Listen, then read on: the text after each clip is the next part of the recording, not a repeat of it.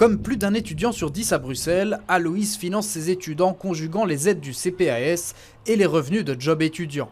Une situation de précarité qui pèse sur le suivi de son cursus universitaire. Je réfléchis tout le temps à comment je vais payer mon loyer, comment je vais payer ma nourriture, comment je vais payer juste le coût de la vie. J'ai vraiment 2 jobs vu que j'ai mes études, étudier tout ça, réviser la seconde session, tout ça.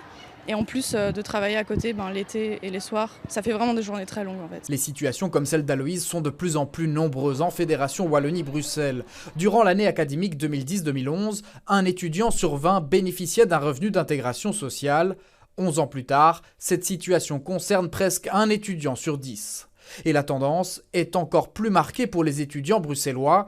15% d'entre eux ont recours aux aides.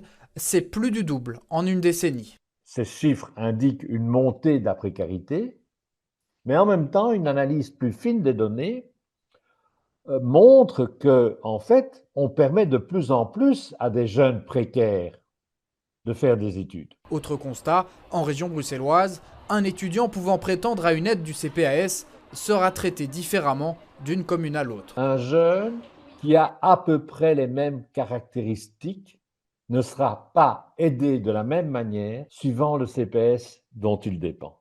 À Excel, environ 20% des jeunes ont l'occasion d'entamer ou de poursuivre des études. À Schaerbeek, c'est 58%. Face à l'augmentation de la précarité étudiante, la Fédération des étudiants francophones tire la sonnette d'alarme depuis plusieurs années.